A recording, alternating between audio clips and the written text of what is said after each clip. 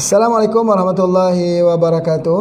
Alhamdulillah, bersyukur pada Allah Subhanahu wa taala kerana di petang-petangan begini kita sama lagi untuk menyemak sebahagian daripada tanda-tanda kebesaran Allah di atas muka bumi ini dalam bentuk kejadian, tanam-tanaman, pohon-pohon, haiwan dan sebagainya. Masya Allah ya. Dan pendekatan kita dalam sistem pendidikan kita yang Pak Haji cuba terapkan di sini, iaitu kita cuba poin-poin yang penting itu kita ulang-ulangkan, supaya dalam setiap kuliah itu kadang-kadang ada yang telah tertinggal daripada mengikuti kuliah sebelumnya. Maka insya-Allah kuliah-kuliah yang semakin ke hadapan ini kita ulang-ulangkan poin-poin yang ada yang telah pun kita bicarakan. Ini satu kaedah untuk cara mengingatnya. Jadi Alhamdulillah, syukur, dan minta mereka yang telah pun mengikuti kuliah 1, 2, 3 ini mengikuti kuliah hujung ni, Alhamdulillah semakin pintar. Pak Haji yakin dengan metodologi ini kita akan jadi lebih baik hafalan kita dan pengetahuan kita, insya-Allah. Baik. Pada hari ini kita nak cerita pasal apa ya? Pasal kambing. Tetapi sebenarnya Pak Haji nak cerita pasal omega 3. Ya, pasal omega 3. Kerana kita telah pun mula menggunakan omega 3 ini pada tahun 1997 lagi.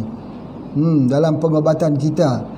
Kerana omega 3 seperti mana yang Pak Haji sebut, kita ambil daripada ikan ya, ikan makrel ataupun ikan tenggiri biru di Finland.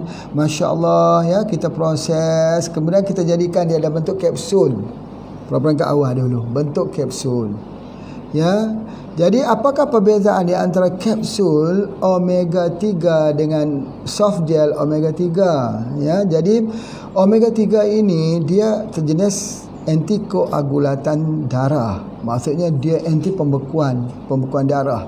Jadi kita bagikan dalam bentuk kapsul, dalam bentuk raw ataupun bahan serbuk daripada ikan tersebut, supaya kalaulah ibu-ibu yang hamil itu dia nak melahirkan, supaya jangan terjadi bleeding, pendarahan yang panjang. Itu di antaranya. Yang kedua, ikan itu boleh kita ambil bersama dengan orang yang mengambil ubat pencair darah. Tetapi kalau kita ambil soft gel tak boleh, sebab dia terlalu kuat dan sebagainya. Baik, jadi oleh sebab itu maka kita buat dalam bentuk kapsul omega 3 untuk anak-anak dan untuk mereka mengambil rutin. Rutin ambil pada setiap hari ya. Jadi tidak mendatangkan kesan-kesan yang kuat. Sementara dalam bentuk soft gel tadi kita gunakan apabila sudah ada serangan jantung ya, sudah ada masalah hipertensi, ada penyakit degeneratif, pokoknya penyakit lah, kita gunakan omega. Jadi sebab itu salah satu ya daripada pengamalan kita Pak Haji sebutkan 7 petunjuk. Yang pertamanya ialah kita tengok hormonnya ya, yang kedua kita tengok vitamin C-nya, yang ketiganya kita tengok apa? Omega 3-nya itu. Ada tak dia kecukupan omega 3, darahnya itu tak jadi kental, tak jadi pekat, tak jadi likat, tapi darah yang elok dan sebagainya. Masya Allah, itu omega 3. Hari ini sebenarnya Pak Haji nak cerita pasal omega 3 tu, tetapi ada satu hal yang penting yang boleh kita sandarkan, bahawa dalam hadis Nabi SAW, Nabi menyuruh para sahabat tu menternak kambing. Kambing. Kata Nabi, ternaklah kamu kambing itu, kerana pada kambing itu ada keberkahan. Ini satu lagi istilah dalam istilah pengobatan. Istilah pengobatan ini kita kena ingat ada 2 perkataan yang mesti ada dalam istilah pengobatan yang tidak ada dalam pengobatan di negara-negara pengobatan di barat. Yang pertama ialah insya-Allah. Ya, insya-Allah. Jadi kalau kita keluarkan perkataan insya-Allah dalam pengobatan, berarti pada ketika itu akan terkontaminasi tauhid kita. Tauhid kita tak betul lah, bahawa yang menyembuhkan itu Allah. Kalau obat sebagaimana pembaik datang daripada langit pun obatnya itu datang daripada gunung kan. Kalau Allah tak izin, tak sembuh. Jadi tauhid kita, yakin kita kepada Allah, mesti ada insya-Allah. Siapa juga yang nak menghulurkan obat ini kepada siapa orang sakit, mesti sebut insya-Allah dulu. Ya, dengan izin Allah. Nanti Allah tak bersama dengan kita. Ya, jadi ini tidak ada di dalam rukun pembelajaran pengubatan alopati. Alopati tak mau sebut insya-Allah, kecuali kalau doktor itu doktor muslim ya, yang dengan sendirinya dia menjadikan itu sebagai salah satu daripada akhlak dia sebagai seorang doktor, sebagai seorang perawat. Insya-Allah kita gunakan herba ini. Itu yang pertama. InsyaAllah mudah kita sebut, tetapi yang lebih susah kita buat ialah keberkahan. Macam Nabi SAW menyebut juga tadi ya, pelihara kamu dan kambing kerana daripada kami itu ada keberkahan. Jadi yang paling susah sekali ialah keberkahan. Keberkahan itu dia baik. Sesuatu yang memang baik, mudah cari yang baik-baik. Yang kedua apa dia? Yang kedua dia halal. Halal. Apabila ada baik, ada halal, maka yang ke tahap yang paling tinggi ialah keberkahan. Nabi menyebut bahawa pada kami itu ada keberkahan. Jadi izinkan kepada Pak Haji hari ini kita mendiskusikan tentang seekor kambing dalam tanda kutip yang Nabi SAW sebut di situ ada keberkahan. Masya Allah, ini satu yang sangat-sangat menarik ya, yang mana Nabi SAW juga menyebut bahawa tiadalah nabi-nabi yang diutuskan, rasul-rasul yang diutuskan, melainkan kesemuanya memelihara kambing. Masya Allah. Ya, kenapa rasul-rasul itu memelihara kambing? Kenapa ya? Banyak persoalan-persoalan yang terkait dengan keberkahan dan kenapa rasul-rasul itu Allah takdirkan mereka memelihara kambing. Masya Allah, di sinilah izinkan pada Pak Haji untuk membuat kupasan-kupasan yang mana dia akan memberikan sedikit kepada kita tentang masukan bagaimana kita menghargai seekor kambing ini. Ya, itu ada di antaranya. Sebelum itu mungkin kita boleh dengar sedikit ucapan daripada Sayyidina Ali Kamarullah Wajhah. Ya, Sayyidina Ali Kamarullah Wajhah mengatakan bahawa kambing itu menyebabkan warna menjadi jernih, perut menjadi lapar, dan juga menyebabkan dia akan membaikkan akhlak. Ni tiga perkara. Iaitu apa dia? Yang pertama, warna menjadi jernih. Apa makna ni? Warna jadi jernih ni sebagainya. Kita tengok ada warna ni. Kita tengok pokok buluh ni ada warna hijau. Warna menjadi jernih. Kalau lawan jernih tu apa dia? Warna menjadi kelabu, menjadi blur. Warna itu kan bukan, inilah bahasa orang yang tinggi, orang yang faham. Warna menjadi jernih berartinya dia memperbaiki mata kita. Dia memperbaiki mata. Jadi tak banyak orang yang ada masalah mata, kelabu, ambil saja daging kambing, kerana daging kambing itu menjernihkan mata. Bukan menjernihkan kita tengok putih dia punya matanya, bukan gitu. Maksudnya penglihatannya lebih sharp, lebih tajam, lebih jelas, sebab dia ada pada seekor kambing. Masya Allah ya. Itu yang kedua. Yang kedua kata Sayyidina Ali, dia akan menyebabkan perut menjadi lapar. Berartinya pencernaan dia bagus. Pencernaan dia bagus. Kalau kita tengok pencernaan daging kambing dengan pencernaan daging sapi, ternyata daging kambing itu lebih mudah dicerna kerana kadar lemak yang ada pada daging kambing itu adalah lebih rendah daripada lemak yang ada pada sapi. Tapi orang katakan, Pak Haji, kalau kita ambil daging kambing ini meningkatkan kolesterol. Siapa kata? Siapa yang kata begitu? Itu orang-orang yang tidak menyukai dengan makanan sunnah Nabi SAW. Daging kambing lah yang paling kurang kolesterolnya. Banding dengan ayam, banding dengan sapi, banding dengan yang lain, kadar kolesterolnya rendah. Tetapi kita kena ambil daging kambing yang dewasa, bukan daging kambing yang muda. Seperti kata ada daging kambing balibul, bawah 5 bulan, batibul, bawah 3 bulan. Ada sate ya, ada sate yang Pak Haji pergi di mana, di Tegal ke apa, di mana, di Batang ya. Di sana ada tempat sate, rumah sate. Sate dia tulis itu sate balibul, sate batibul. Mula-mula kita tak faham apa itu balibul, apa itu batibul. Rupanya kambing bawah 5 bulan, balibul. Kambing bawah 3 bulan. Jadi, tapi kalau bawah 5 bulan dan 3 bulan ini kolesterolnya tinggi, betul? Tetapi kalau kambing dewasa, itulah sebab itu dalam hukum kita membuat korban misalnya ya, itu di antaranya kita tengok kambing yang kita pilih itu ialah kambing yang dewasa. Cantiknya Islam itu sebagainya. Tetapi kalau kita compare di antara kambing dewasa dengan ayam, ya, compare dia dengan sapi, ternyata kolesterol yang ada pada daging kambing itu jauh lebih rendah daripada kedua daging itu. Kalau kita compare dengan daging babi, tak boleh compare. Daging babi tak boleh compare. Sebab apa tak boleh compare? Sebab dia diharamkan. Kenapa kita nak compare dengan dia? Tapi kalau kita buat perbandingan, maka ternyata lemak dan kolesterol itu banyak pada daging babi. Masya Allah. Ya, jadi oleh sebab itu maka Rasulullah sallallahu alaihi wasallam ini, ya, di mana salah satu kegemaran Rasulullah, kesukaan Rasulullah ialah mengambil daging kambing. Soalannya di bahagian mana yang disukai oleh Rasulullah? Jadi di sini kita harus faham bahawa seekor kambing itu bahagian yang paling baik ialah bahagian atas. Bahagian yang paling baik ialah bahagian hadapan. Maksudnya apa ya? Bahagian hadapan, bahagian atas ini. Jadi begitulah. Tetapi tidak elok ambil kepala kambing. Itu memang telah ternyata ya, bahawa kepala kambing itu tidak elok kita ambil.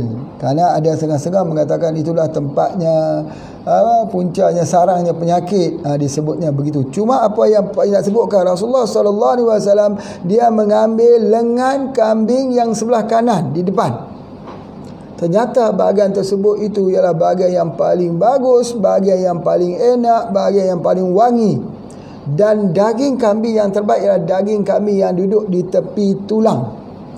Di tepi tulang. Kalau kita nak ambil daging kambing, cari yang tepi tulang. Itulah dia daging yang paling elok dan sebagainya. Jadi kalau kita ambil dia cepat cerna. Sebab titik cairnya itu adalah sangat tinggi kalau dibandingkan titik cair daripada haiwan yang lain. Dekat sini ada sikit, Pak Haji cuba tuliskan. Kita tengok kalau lembunya titik cairnya 40 darjah Celsius. Kalau ayam 30, tapi kalau babi 28. Sebab apa? Semakin rendah titik cairnya itu, maksudnya ketika itu lemak itu boleh diserap. Tetapi kita tengok titik cair bagi seekor kambing itu ialah 44 darjah Celsius. Dia yang paling tinggi. Jadi berartinya lemak itu akan terbuang. Lemak itu tak dapat diserap dalam tubuh badan kita. Jadi macam mana orang kata makan kambing itu jadi lemak, jadi kolesterol? Kenapalah kambing itu dikambing hitamkan? Ya, kenapalah kambing selalu disebut dikambing hitamkan? Kambing hitam lagi bagus. Bukan dikambing hitam kan, kambing hitam tu bagus. Ya, sebab apa? Kambing hitam ini dan semua kambing-kambing ini dia mengandungi selenium dan choline. Selenium. Siapa yang belajar? CJ Herbalist dulu. Selenium tu apa? Salah satu mineral powerful antioksidan. Selenium. Di mana nak dapat selenium? Selenium ada di atas tanah Gunung Merapi. Di atas gunung-gunung. Di Jogja misalnya. Itu bagus sekali Gunung Merapi. Ya, dan juga di semua atas gunung-gunung, juga di atas yang ada Gunung Merapi di bawahnya. Jadi yang ada dia punya, orang kata apa? Yang kawasan-kawasan yang wujudnya gunung berapi, dia ada selenium. Tetapi kalau di tempat lain, di mana ada selenium? Di mana Allah simpan selenium? Selenium ni penting untuk anti kanser. Ya, selenium dan choline ini sangat baik untuk anti kanser. Di mana Allah simpankan selenium ini?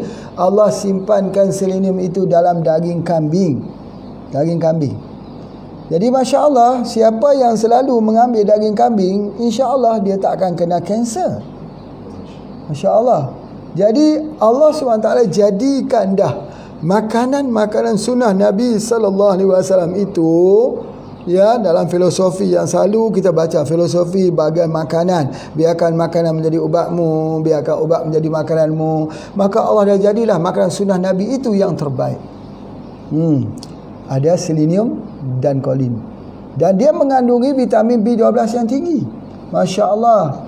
Ada banyak vitamin lagi di dalam kambing tetapi mengandungi B12 untuk saraf, dan kadar protein atau protein yang ada di dalam seekor kambing itu dia akan boleh digunakan untuk otot, untuk tulang kita. Yang paling penting untuk apa ya?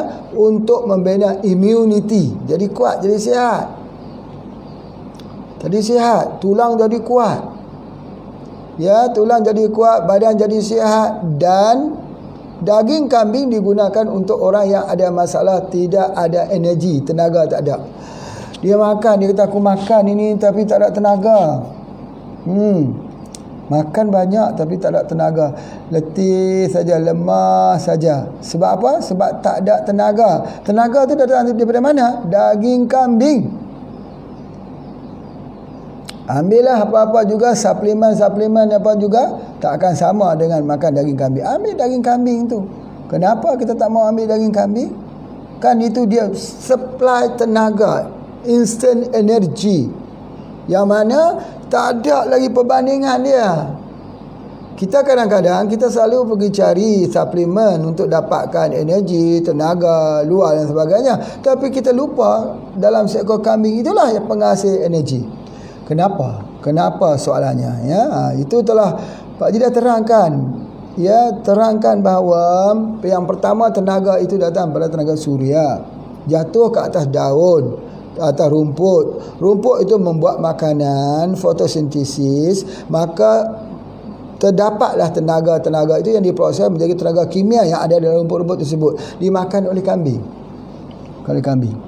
Maka kambing itu telah memindahkan tenaga kimia yang ada dalam rumput-rumput itu dalam tubuh badan kambing tersebut. Jadi dia kuat. Jadi sebab itu kalau orang mengkonsumsi kambing, dia kuat, fizik dia kuat, tubuh badan dia kuat, telinga dia dengar, mata dia terang. Apatah lagi ya, bahawa dekat sini Sayyidina Ali sebut, dia kata apa dia? Dia juga akan membaikkan akhlak. Yang ni menarik untuk kita bincang. Makan kambing, akhlak jadi baik. Sebab apa? Banyak yang tak faham ya, kenapa akhlak kita jadi baik. Ya, dia kata mestilah akhlak jadi baik, ini adalah barakah. Ya betul, itu adalah kesimpulan akhir bahawa dia, bila Nabi sebut sallallahu alaihi wasallam dia adalah binatang yang membawa barakah, maka barakah membentuk akhlak yang baik, insya-Allah. Di sudut ilmu pekajian sains, dia mengandungi omega 3.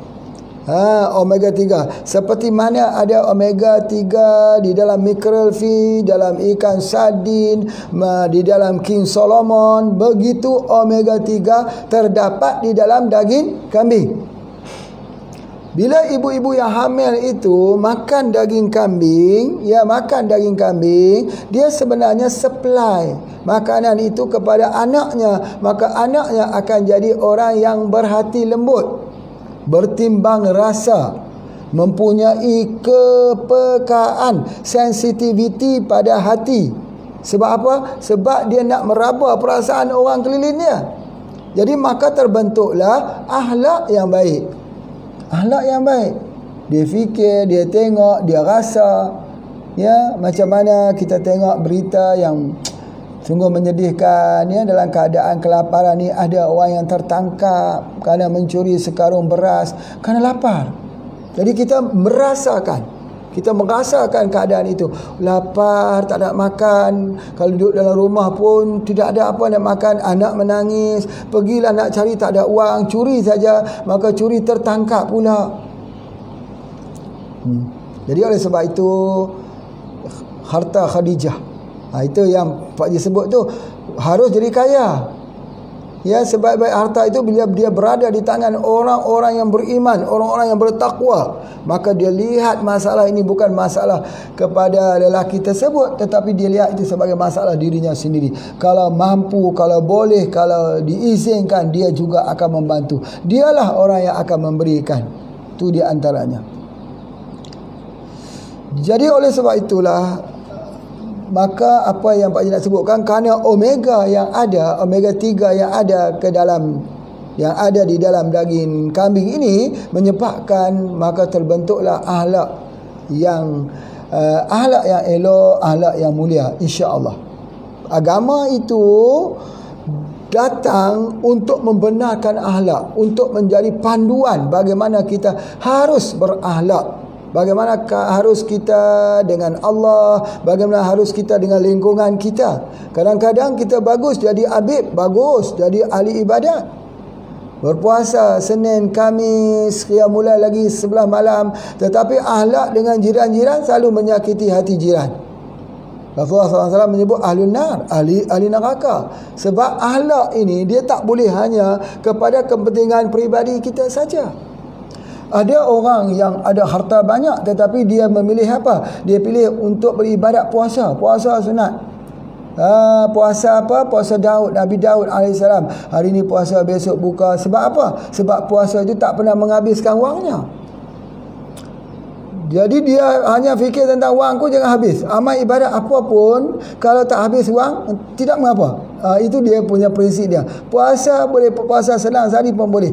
Ini tidak ada akhlak.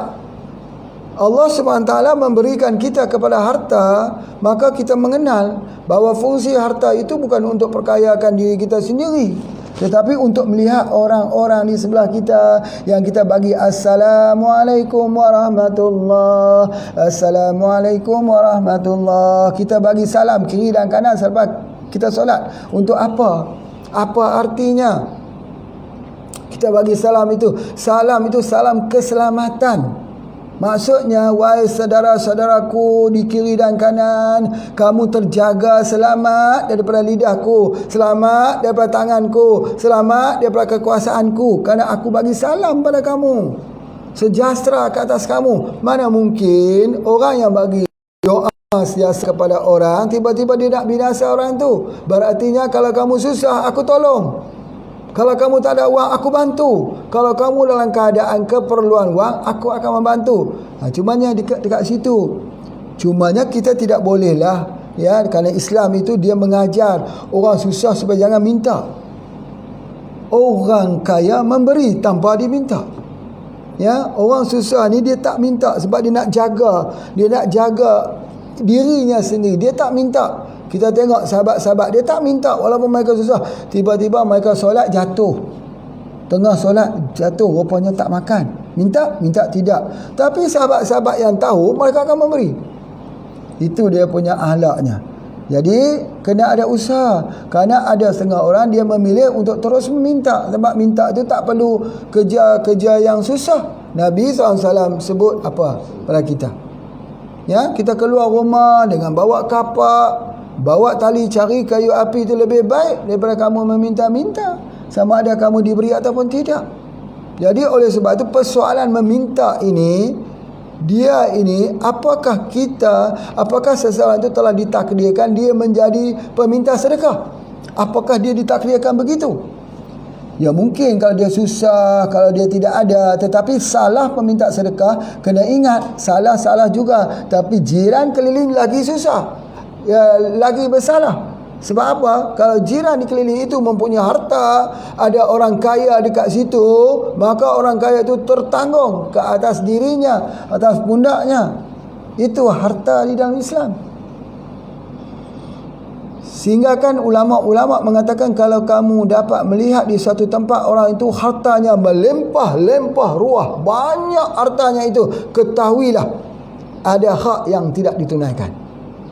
Ketahuilah bahawa kekayaan itu untuk diri sendiri, ya. Jadi begitulah. Di mana kita ni? Ya, pasal harta pula. Okey, apa yang Pak Haji nak sebutkan ialah tentang omega 3 ni, akhlak. Akhlak itu satu yang, ya, kita berhati lembut. Jadi apa yang kita nak minta ialah ibu-ibu ketika hamil, banyakkan makan daging kambing. Masya-Allah.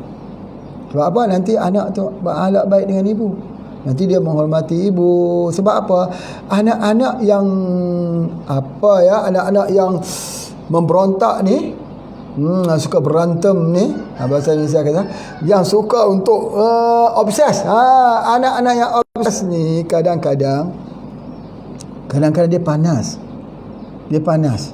Tubuh badan itu dia panas. Jadi kita nak kena dinginkan dia, kepanasan yang ada dalam tubuh badannya. Macam mana cara nak dinginkan? Kita bagi daging kambing, sate daging kambing.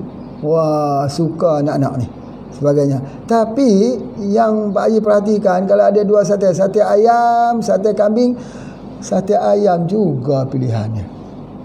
Ya, sate kambing ni jadi jugalah, tapi sikit-sikit dimakan dia orang. Dia kata berbau lah macam-macam. Ya Allah, ya Rabbi, ya, itu adalah di antaranya. Tetapi ada satu hal lagi, banyak testimoni yang Pak Haji temui lah ya, yang anak-anaknya itu suka dua beradik, anak kakak yang sebagainya, adik sebagainya, sering dalam rumah tu sering gitu ya, begini-begini ya, seperti kucing. Tapi setelah diberikan radik IQ, ni radik IQ, damai-damai, tenang-tenang duduk bersama. Jadi sebab apa? Apa sebenarnya radik IQ ni ya? Radik IQ ni dia akan memberikan, mendinginkan hati. Dia akan membuat hati tu jangan jadi panas. Dek, jangan panas. Kakak, abang, jangan panas. Jadi kita duduk satu rumah ini dengan damai-damai. Jangan sampai ibu, ayah kita juga menjadi masalah dengan kita. Kita buat hati mereka jadi gembira, nanti Allah suka sebab kita gembirakan hati dua ibu bapa kita. Itu di antaranya. Tetapi selain daripada itu, daging kambing. Baik, alhamdulillah, syukur. Ada satu lagi, iaitu satu bahan yang dikenali sebagai asam linolik terkonjugasi. Yang ni ataupun dipanggil CLA. Ini memang menarik sekali. CLA ni bukan banyak sangat ada dalam daging ini ya. Kebanyakannya ada di dalam daging kambing. Ini sebenarnya dia mengelakkan daripada peradangan. Daging kambing itu mengelakkan peradangan. Fikir banyak kali juga, kalau orang gout makan daging kambing kan sakit. Di mana yang sakit tu? Kan ini CLA ni elakkan daripada peradangan, elakkan daripada kanser. Yang sakit tu kenapa? Nanti Pak Haji akan jelaskan kenapa orang gout itu sakit bila makan kambing, kenapa dia sakit ketika makan daging kambing dan dia tak sakit ketika makan daging kambing. Nabi SAW menerangkan ya, ada satu, kalau kita pergi ke negeri-negeri ya, macam di Pakistan ya, Pak Haji pergi ke Pakistan. Ada satu yang Pak Haji ingin lihat bahawa ada satu hadis Nabi SAW. Nabi sebut tentang ayarqun nasa. Ayarqun nasa ini satu penyakit gout lah namanya, dikenali sebagai ayarqun nasa, penyakit gout. Nabi kata dihilangkan dengan lemak. Lemak di mana? Lemak di belakang domba. Macam mana kambing, macam mana domba? Itu pun nak kena tengok juga ya. Kalau kita tengok domba, biasanya yang Pak Haji nampak ya, domba itu kalau kita tengok dia daripada belakang, dia sedang berjalan ke bahagian depan, kita tengok dia seolah macam dia pakai skirt, macam dia pakai satu pakaian skirt. Tetapi sebenarnya itu bukan skirt, itu adalah lemak. Lemak yang ada di belakangnya itu, lemak yang menutup di belakangnya itu. Nampak besar lemak dia gitu. Itu disebut sebagai lemak itu dibuat untuk penyakit gout. Kalau kita pergi di Pakistan, terima kasih pada Tuan Haji Yaakob yang mungkin melihat video ini ya. Teman Pak Haji di Pakistan yang sekarang banyak kambing-kambingnya, Masya Allah, kambing Kashmir besar sebagainya. Allahu Akbar. Baik, tapi domba ni ya, kalau kita pergi ke sana, orang-orang memasakkan nasi Arab, nasi apakah kita panggil nasi macam nasi berani kita tu, nasi kebuli lah bahasa Indonesia panggil tu. Mereka tidak guna minyak, mereka guna lemak yang ada di belakang domba tersebut, di bawah. Ya, kita akan lihat begitu. Masya Allah, Masya Allah. Dan enaknya Masya Allah. Tapi bila kita ambil gitu, gout kita hilang. Gout kita hilang, asam urat kita hilang. Rupanya lemak yang ada di belakang domba ini betul-betul yang disebut sebagai ikon nasak ini, iaitu bagaimana Nabi SAW ya suruh kita menggunakan. Masya Allah. Ya, kita rebuskan dia, bagikan dia kepada tiga bahagian, satu pagi, satu petang, satu malam. Kita buat macam sup tu. Masya Allah. Ya, sangat bagus. Baik, kemudian ada satu hal lagi, iaitu apakah orang yang mengambil daging kambing ini boleh jadi gemuk? Tidak ya, sebab dia ada satu bahan yang dikenali sebagai L-carnitin. Dia sebenarnya asid amino yang berfungsi untuk membakar lemak-lemak dalam tubuh. Jadi oleh sebab itu, bapa ibu yang obes, ambillah. Ya, ambil apa? Ambil daripada daging kambing. Kerana kandungan L-carnitin ini, dia adalah umpama satu tungku yang digunakan untuk membakar lemak dalam tubuh badan kita. Kadang-kadang lemak ini orang tu kurus, lemaknya tinggi. Dan lemaknya itu pula kadang-kadang dia terlekat ya di dalam dinding arteri, dia terlekat di liver, dia jadi fatty liver. Di dinding arteri itu dia jadi kolesterol, low density lipoprotein. Ya, baik. Apabila kita faham ya omega 3, kita dah belajar tentang omega 3. Bila kita mengkonsumsi omega 3 daripada mackerel fish dalam bentuk soft gel, dia akan mengelakkan lemak itu daripada dia menjadi beku. Dia menjadi, orang kata, low density lipoprotein, daripada dia melekat itu. Dia melekat situ. Tetapi itu bila dia sudah melekat itu, lemak omega 3 tak mampu untuk dia nak melarutkan, tak mampu. Omega 3 itu dia jaga sebelum terjadi. Tetapi dalam kambing ini dia ada satu kolesterol.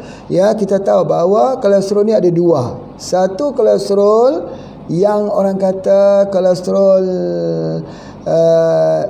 low density lipoprotein ini, yang menjadi bahan untuk menyebabkan jantung kita tidak berfungsi sebagainya. Kalau sudah terlekat di dinding arteri, dia pecah.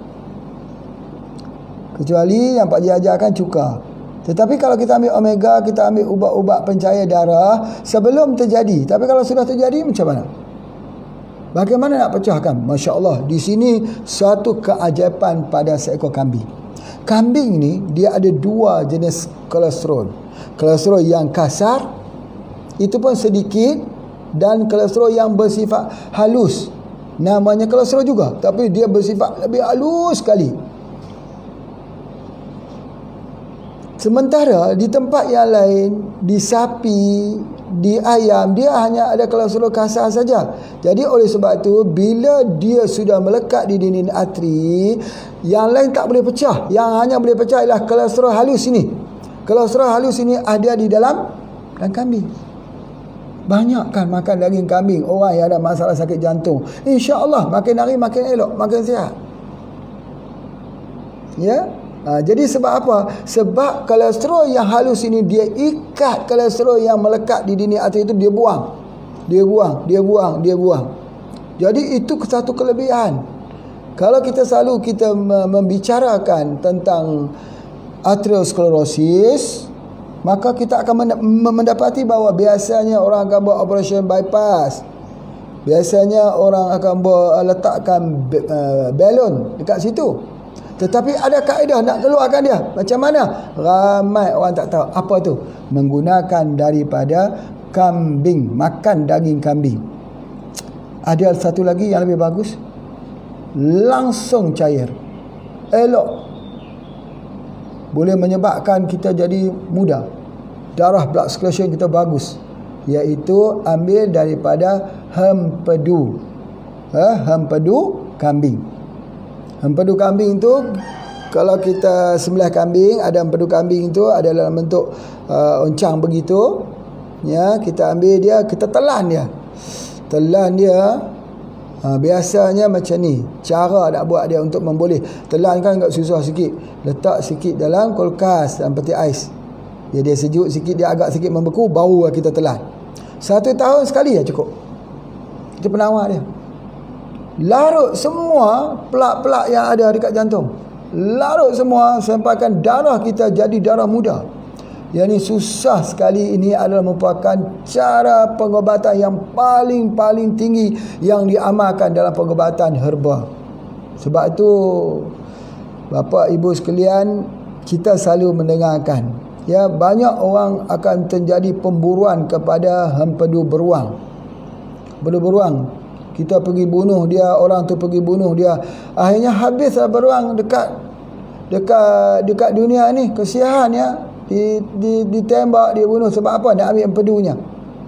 Begitu juga orang ambil empedu landak nak ambil empedunya. Tuan, tak perlulah kita pergi bunuh landak itu, yang sedikit dah tinggal sedikit. Beruang tu kesian, dia jaga anaknya itu, kesianlah. Supaya ada ahlak sedikit, tak payah ambil itu. Ambil pedu kambing je akan banyak. Pedu kambing. Kalau boleh cari kambing yang memakan rumput, yang tak makan dia punya daripada dedak-dedak. Tuan ambil yang tu, pedu kambing itu, disejukkan. InsyaAllah 1 hari hanya 1 tahun hanya sekali saja. Tuan, seperti tuan buat dialisis, cuci. Ada orang buat ozon kan, ozon ni masukkan darah kita, keluarkan, dibuat ozon, dimasukkan oksigen, dia jadi sihat. Umur 90, merah lagi mukanya, merah lagi apa, dia masuk ozon, dia masuk vitamin C, ya, dia masukkan oksigen misalnya. Tetapi tahukah kita ada satu rahsia lagi, iaitu di empedu kambing itu 1 tahun sekali. InsyaAllah tuan-tuan, dia hilang semua penyakit. Itulah yang Pak Haji nampak keberkahan yang besar dalam dunia pengobatan. Tidak ramai orang yang mengetahui. Dan Pak Haji pernah lihat orang yang dia ambil, dia kata tahun ini adalah tahun yang ke-7 aku ambil. Memang nampaknya walaupun sudah tua, tapi nampak macam masih remaja. Pasal apa? Kita pun terkejut juga mula-mula ni. Ini orang ni kenapa nampak muda sangat? Entah tersalah apa tahun kelahirannya itu. Mungkin-mungkinlah macam tu. Tapi tidak, tak salah. Tanya dia, rahsia apa yang kamu ni nampak begitu muda apa sebagainya. Dia kata, aku ambil empedu kambing setahun sekali.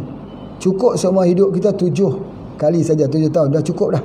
Ya, dia akan flush semua kotoran, semua racun. Dia akan jadikan darah kita itu darah jadi muda balik. Itulah yang selalu dilakukan oleh orang yang mengambil hati landa, hati beruang tu yang diambilnya. Begitulah tujuannya. Ya, jadi itu salah satu yang Pak Haji nak sebutkan dekat sini, bahawa dia ada L-carnitine, di mana dia menjadi tungku pembakaran lemak, ya, itu dan sebagainya. Kemudian ada satu lagi yang Pak Haji nak memperkuatkan lagi, bahawa kolesterol yang ada pada kambing itu jauh lebih rendah. Di mana lebih rendah daripada sapi, rendah daripada ayam, apatah lagi ya, kalau daripada kambing muda, kambing dewasa itu jauh lebih rendah dan sebagainya. Masya Allah. Baik. Seterusnya, kalau kita mengambil CLA tadi, ya, dia akan mengelakkan kita daripada berlakunya kanser. Masya Allah, ya. Kemudian dia juga mengelakkan daripada berlakunya kanser. Kita tahu bahawa hari ini banyak sekali terjadi kanser di tengah-tengah kita, yang mana kita boleh menjadikan ini sebagai salah satu daripada solusi kita. Ada satu hal lagi yang nak cerita sini, mungkin tak ramai orang tahulah, iaitu vitamin C. Sangat tinggi di dalam daging kambing. Tetapi yang menariknya, apa yang Pak Haji nak sebut sini, bahawa daging C ini ialah daging vitamin C inilah vitamin yang tidak teroksidasi. Allahu Akbar. Ini ada 2 hal lagi. Pertama, dia ada satu kolesterol yang halus untuk menghancurkan kolesterol yang kasar setelah kita ambilnya. Satu. Yang kedua, dia ada vitamin C yang tak oksidasi. Selalunya vitamin C kalau dalam buah ni, kita tengok ni ada vitamin C. Kita tengok anggur. Yang anggur. Ada 2 jenis anggur. Satu anggur hitam, satu anggur warna hijau. Anggur hitam ini bijinya itu ubat untuk anti kanser. Grape seed oil. Ya, yang mana bijinya ini kalau kita ada bisul, ambil bijinya, kita pecah-pecah, kita minum. Hilang bisul kita. Ya. Dan bijinya ini juga untuk anti daripada peradangan yang warna hitam. Ini tidak sekuat warna hitam ini. Dia ada vitamin C, tapi vitamin C mudah musnah. Tapi dalam daging kambing, vitamin C itu dia tidak mudah teroksidasi. Tuan, puan, semalam kita cakap pasal minyak zaitun. Bila dimasak, masak, dia jadi mendidih, kemudian dia jadi asap. Bila keluar asap itu berartinya dia telah teroksidan. Minyak zaitun ni kalau kita didih lama mana pun dia tak keluar asap. Mendidih. Berartinya dia tak musnah. Dia tak rosak. Hebat kan? Dia tak rosak. Dia tidak teroksidas. Tetapi kalau minyak masak, minyak apa yang kita masak di rumah, lama-lama dia jadi asap sebagainya. Itu yang menyebabkan dia menjadi, orang kata dia menjadi rosak. Jadi begitu juga Pak Haji nak sebutkan vitamin C. Kalau kita panaskan dia rosak. Tapi vitamin C dalam kambing tak rosak. Macam mana boleh terjadi begini? Masya Allah. Inilah dia pemeliharaan Allah. Khususnya bagi orang yang yakin, orang yang sami'na wa ata'na, orang yang menerima pengobatan Nabi SAW. Cumanya apa yang Pak Haji nak sebutkan, jangan ambil, jangan ambil daging ini terlalu banyak. Itu yang menyebabkan asam urat. Kalau sudah lebih banyak hari-hari makan, tak boleh begitu. Paling-palingnya 1 minggu sekali. Kalau kita dah sakit tu, 1 minggu sekali, jangan banyak, sikit-sikit, memulakan kembali sikit-sikit sebagainya. Daging kambing ni pun macam air lah. Air ni kalau banyak kita minum setiap hari ni, kerana kita nak mengelakkan daripada COVID-19, kita pun minum air. Banyak minum air. Sebab doktor kata banyakkan minum air. Lama-lama nak nafas tak boleh. Kenapa nak nafas tak boleh tu? Sebab paru-paru sudah terendam dengan air. Pergi jumpa dengan doktor kata kurangkan air 500 ml saja. Kamu ni sampai tak boleh bernafas dah. Dia ingat tak boleh nafas tu COVID-19. Bukan. Air dia banyak pula. Buah pinggan tak mampu lagi dah, nak kencing, nak keluarkan dah tak mampu lagi. Terlalu banyak. Minum sekejap, minum sekejap, minum sekejap, minum. Pasal apa? Sebab nak elak daripada COVID. Bila masalah COVID ini tak kena pada diri dia, dah nak bernafas tak boleh pula dah. Sampai ada setengah dia kata, oh Pak Haji, aku dah kena penyakit, aku dah kena virus COVID-19. Pasal apa? Nak bernafas tak boleh. Mana bernafas tak boleh itu sebab air banyak dalam badan kita. Itu adalah di antaranya. Jadi oleh sebab itu maka kita tidak boleh ambil limpa pula. Limpa daripada kambing, spleen dia tu kita tak boleh ambil. Kalau kita ambil, dia akan menyebabkan sakit hempedu. Sakit di bahagian hempedu. Jadi oleh sebab itu kita tak boleh ambil dia, nanti jadi batu hempedu, nanti dia akan jadi permasalahan lah. Jadi itu yang Pak Haji nak sebutkan berhubung dengan itu. Jadi itu di antaranya. Kemudian untuk orang yang masalah anemia, ini penting. Anemia tu apa? Orang kurang darah, kurang zat besi. Ketika hamil, ambillah daging kambing, supaya dia tidak jadi masalah anemia. Bila kita ambil daging kambing, dia tak jadi masalah anemia. Anak yang diambil itu tak jadi cacat. Anak tu jadi sempurna sebab ibunya cukup darah. Selalunya kita tengok orang yang bila dia hamil ada 2. Ada yang hipertensi, ada yang jadi anemia, kurang darah. Jadi oleh sebab itu maka kita berikan yang kurang darah tadi, kita ambil daging kambing. Begitu juga kalau kita duduk di rumah, HB kita rendah, walaupun kita tidak hamil. Kalau makan herba pusing, ambil pegagar pusing, ambil mengkudu pusing, ambil herba-herba yang bersifat pahit pusing. Pasal apa? Kita memang pertama tekanan darah rendah. Tekanan darah rendah yang kita juga boleh rawat dia dengan menggunakan daging kambing. Ambil daging kambing, makan daging kambing itu sentiasa, insya-Allah. Itu adalah di antaranya. Baik, kemudian seterusnya apa yang Pak Haji nak sebutkan dekat sini, dia akan memperelokkan darah kita. Darah kita jadi darah muda lah, darah elok. Jadi oleh sebab itu bagi mereka yang mengambil daging kambing ini, dia memang sihat, muda. Dan apa yang Pak Haji doakan supaya dalam COVID-19 ini, orang yang mengambil makanan sunnah Nabi SAW, tak kira apalah, termasuk daging kambing, kalau ada, Allah berikan dia kesihatan. InsyaAllah sistem imun dia akan sentiasa naik dan sebagainya. Ada satu lagi, iaitu kita boleh dia mengandungi vitamin B12 tadi, macam Pak Haji dah sebutkan. Vitamin B12 ini sangat penting bagi orang yang ada masalah kencing manis sebab saraf. Kalau dia tak makan vitamin B12, kakinya jadi radang, sakit, menikam-nikam seperti ada jarum yang menunjuk pada waktu malam, ngilu, tak bisa tidur pada waktu malam. Ketika orang sedang tidur, enak-enak dia tak bisa tidur. Pasal apa? Daging bahagian kakinya ini panas, ngilu sebagainya. Kenapa ni? Kenapa? Kerana kekurangan vitamin B12. Di mana ada vitamin B12?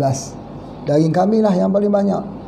Jadi oleh sebab tu sering-seringkan mengambil daging kambing ini. Dan kalau boleh kita gunakan dia bersama dengan madu, ya. Jadi kalau ketika Pak Haji pergi ke Yaman, ya, ke Yaman dulu ni, disambut oleh orang-orang di Yaman, di sebelahnya kambing makan. Bila sampai makan kambing, makan dicicah dengan madu. Madu sidir. Ambil daging kambing itu makan dengan madu sidir, makan. Bayanglah tengok macam mana. Tapi makan bagus sekali sebab malam tu panas sebab musim dingin. Jadi oleh sebab itu pada musim dingin dicadangkan kita mengambil sesuatu yang panas, salah satunya adalah daging kambing plus dengan madu. Ini sangat-sangat baik, masya-Allah, ya. Jadi oleh sebab itu maka boleh kita juga menggunakan ini. Mengikut satu Imam Al-Juhri, ya, Al-Juhri dia kata kalau kita ambil daging kambing ni, kekuatan kita 70 kali ganda. Allahu Akbar. Ya, jadi kalau kita ambil daging kambing ni, kalau kita nak fit badan kita, fit tu, fokus istiqamah taat tu. Fokus istiqamah taat, fit, mesti fit. Nak bagi badan kita fit, kekuatan terjaga 70, maka ambillah daging kambing 70 kali kekuatannya. Menurut seorang Imam Al-Juhri yang mengatakan demikian. Jadi oleh sebab itu maka apa yang Pak Haji nak sebutkan dekat ini kepada kita ini, bahawa kalau fizik kita kuat, ya, fizik kita ini kuat, berartinya fikiran kita kuat, ketajaman fikiran kita kuat. Jadi sebab itu ulama-ulama dulu fikiran dia kuat. Masya Allah. Penemuan-penemuan sains yang kita nikmati pada hari ini adalah penemuan-penemuan, ya, yang ditemui oleh ulama-ulama dahulu. Yang kita katakan Newton lah sebagai satu contoh. Kita selalu duduk mengagungkan Newton telah menemui satu teori graviti. Benda jatuh daripada atas, dia jatuh. Bila kita jatuh itu, jatuh ke bawah ni kerana ada tarikan graviti. Maka yang berjumpa itu Newton. Betulkah Newton?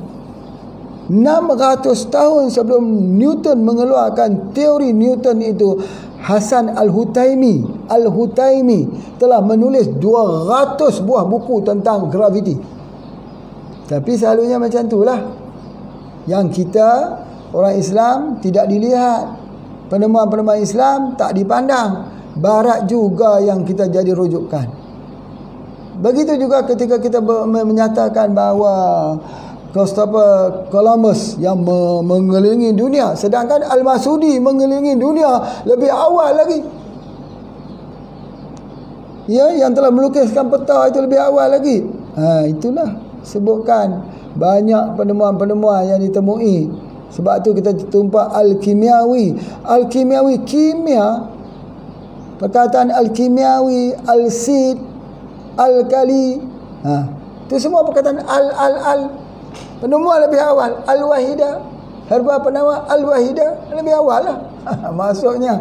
Tapi memang begitu, selalunya kita ni suka sangat tengok yang jauh-jauh, tengok sangat yang dibuat oleh barat, tengok yang ada, kita kata ketemadunan oleh US itu tinggi, US tu mengalami ketemadunan tinggi, kita berbangga, kita belajar situ, walaupun pelajaran kita itu tidak menghubungkan kita dengan Allah, pendidikan kita sekular. Hari ini bila US sudah mati, dah juta orang yang kena COVID-19, macam mana?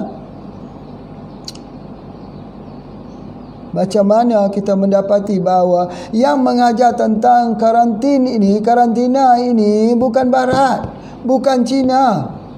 Yang mengajar karantina ini adalah Rasulullah sallallahu alaihi wasallam.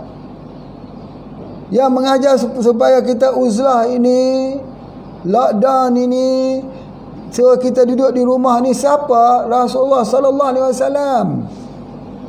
Tetapi kenapa kita nampak asing? Kenapa kita jadi asing dengan arahan ini? Seolah-olah macam ini satu benda yang tak benar. Sebab kita tak pernah kaji. Kita tak pernah kaji dalam dunia pengobatan Islam. Kita tak mengkaji bagaimana penyakit taun itu dilenyapkan dalam sebuah negara. Bagaimana tindakan mereka melenyapkan. Kita tak mengkaji tindakan fikih Umar bin Khattab. Kita tak mengkaji bagaimana apa yang terjadi pada Abu Ubaidah Al-Jarrah. Kita tak mengkaji dalam sejarah-sejarah yang telah ditunjukkan. Kita baca sejarah untuk mengatur satu sejarah baru. Bukan kita baca sejarah itu untuk pengagungan kepada sejarah, bukan, tetapi untuk membina satu sejarah yang lebih baik. Rasulullah SAW meninggalkan sirah yang ditunjukkan. Itu betul, sirah yang patut kita ikuti, patut kita contohi, patut menjadi qudwah. Tetapi kenapa dia jadi fitnah? Sebab itu Pak Haji selalu sebut, kadang-kadang bila kita sebut tentang al-hijamah bekam, kadang-kadang yang menentangnya doktor-doktor Islam. Doktor-doktor Islam kata, bekam, kenapa ni nak bekam-bekam? Masya Allah, siapa kita? Berapa tinggi ketinggian ilmu kita kalau banding dengan Nabi SAW? Bahawa yang menyuruh bekam itu adalah Rasulullah. Siapa kita? Ya betul, kalau nak dibuat SOP supaya darah itu agar tak terkontaminasi, agarkan pengurusan darah itu semakin baik, itu Pak Haji setuju. Tetapi memandang bekam itu dalam pandangan yang rendah dan hina, itu akan menghinakan hidup kita di dunia dan di akhirat. Sebab itu minallah, daripada Allah yang diturunkan kepada Rasulullah sallallahu alaihi wasallam. Masya-Allah. Jadi kalau Rasulullah itu sudah iktiraf bekam, kita tidak ada pertikaian kat sini. Cara SOP melaksanakan bekam, itu yang kita fikirkan, fikir bersama. Bukan dengan mengatakan bekam tak boleh dibuat begini, bekam tak boleh buat begini kerana ada masalah ni. Masalah itu kita selesai bersama. Kalau kita hanya menjadi orang yang membuat komentar, tapi kita tak berusaha untuk membangkitkan sunnah-sunnah Nabi SAW, itu satu kesalahan. Satu kemiskinan iman, kemiskinan tauhid, kemiskinan kita di dalam ubudiyah lillahi wahdah, wa'yun islami kita rendah. Jadi oleh sebab itu, maka apa yang Pak Haji nak sebutkan ini, bila Nabi mengatakan tentang kambing, Nabi menceritakan makanan yang disuka oleh Nabi itu, sahabat menceritakan ialah seekor kambing, dan Nabi mengambil lengan di sebelah depan, lengan sebelah kanan. Kalau ada pandangan-pandangan ulama pula yang mengatakan bahawa daging ini akan menjernihkan pandangan, terang matanya, akan membaikkan pencernaan dan mengelokkan lagi akhlak, kenapa kita tak boleh terima? Kenapa kita kambing hitamkan? Kenapa kambing hitamkan? Dan kenapa ada istilah kambing hitam? Kenapa tak ada istilah sapi hitam? Kita sapi hitamkan. Kenapa di kambing hitamkan? Kenapa? Jadi berartinya konspirasi,